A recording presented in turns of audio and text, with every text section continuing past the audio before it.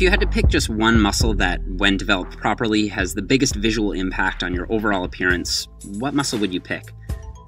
Your back, quads, glutes? I think I'd pick the shoulders because when they're well developed, they make everything else just look better. Your waist looks smaller and more tapered, your whole body takes on more of an X frame, assuming you train legs as well, and everything else about your shape just seems to fit in better.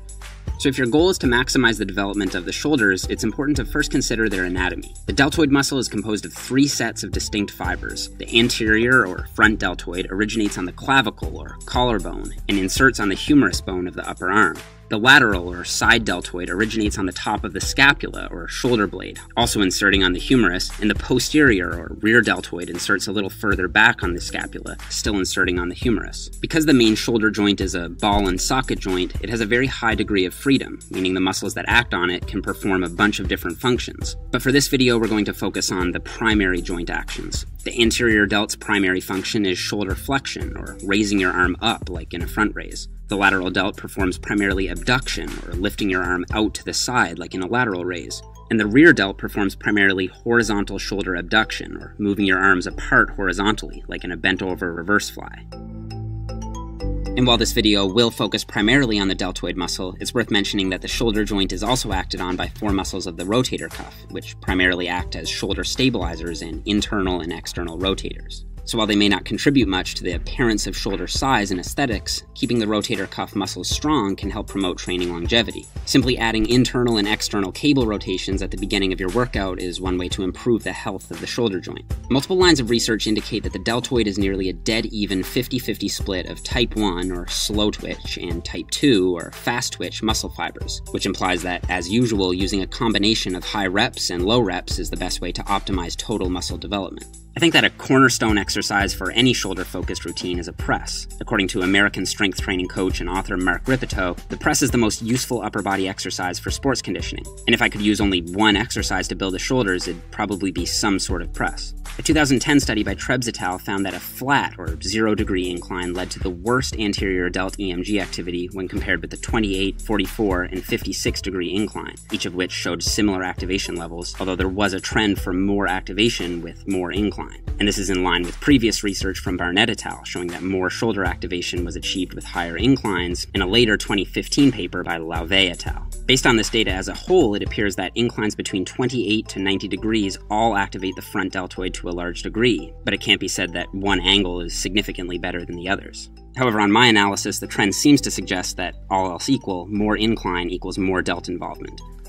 So what about dumbbells versus barbells? A 2013 study compared deltoid EMG activity with 4 variations of the shoulder press: standing barbell press, standing dumbbell press, seated barbell press, and seated dumbbell press, using 80% of a predetermined 1-rep max for 5 reps on each exercise. Front delt activation was found to be higher with the dumbbells in both the standing press and the seated press, indicating that as far as activation is concerned, dumbbells reign king. And while the lateral and rear delts are activated much less than the front delts in all of these vertical pressing movements, the standing dumbbell press did come out on top for both of these heads as well. It seems that the front delts can be trained optimally through the use of pressing alone, such as by including at least 1 horizontal press and 1 vertical press in your training routine.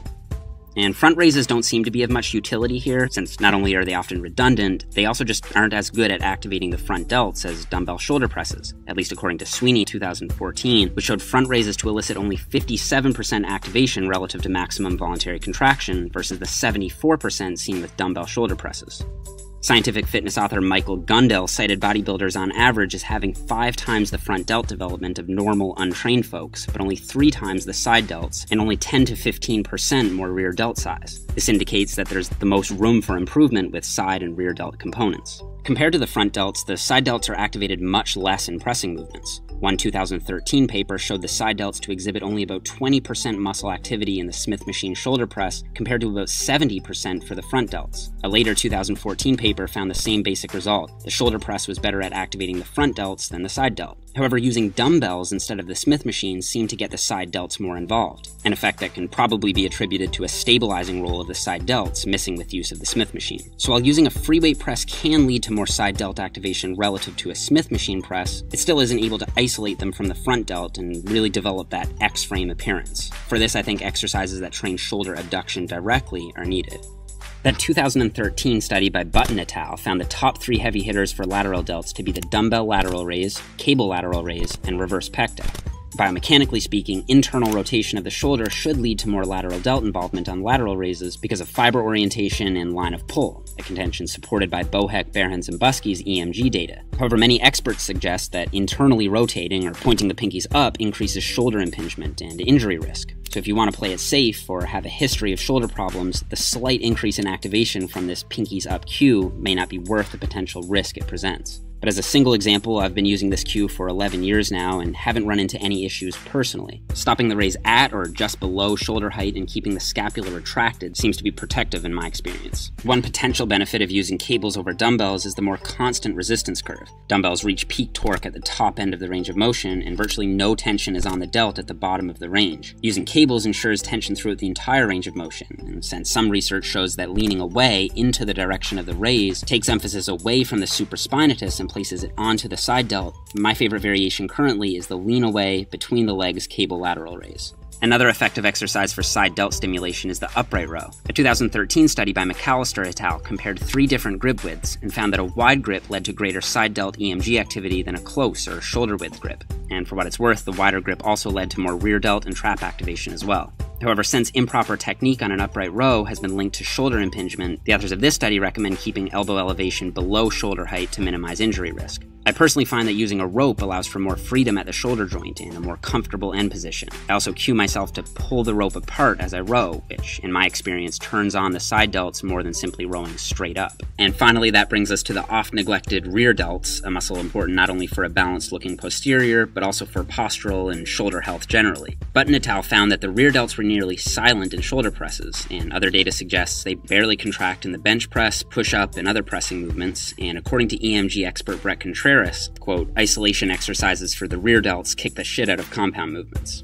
Back to Button et al. The reverse pec deck, incline lat pull-down, and seated row were the big 3 for the rear delts, but it's worth noting that 3 studies from Frank, Button, and Schoenfeld all independently showed the reverse pec deck to elicit about 90% EMG activity for the rear delts.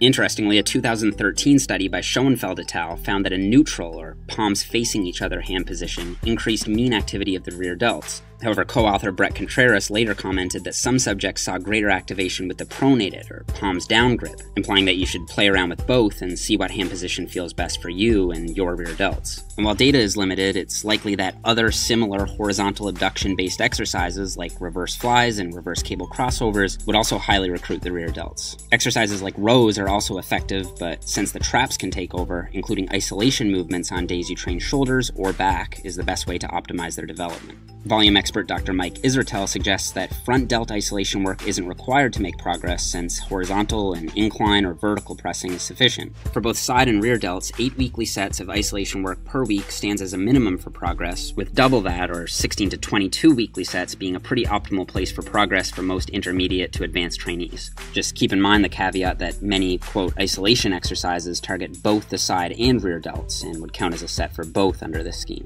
Training the shoulders at least 2 times per week is supported by the most recent literature on training frequency. However, my experience working in the field suggests that isolation work for the side and rear delts can be performed as frequently as 4 to 5 times per week, especially if they're lagging behind other body parts without recovery issues. Recommendations for training volume and frequency for both men and women will depend on your level of advancement and are made in my shoulder hypertrophy programs.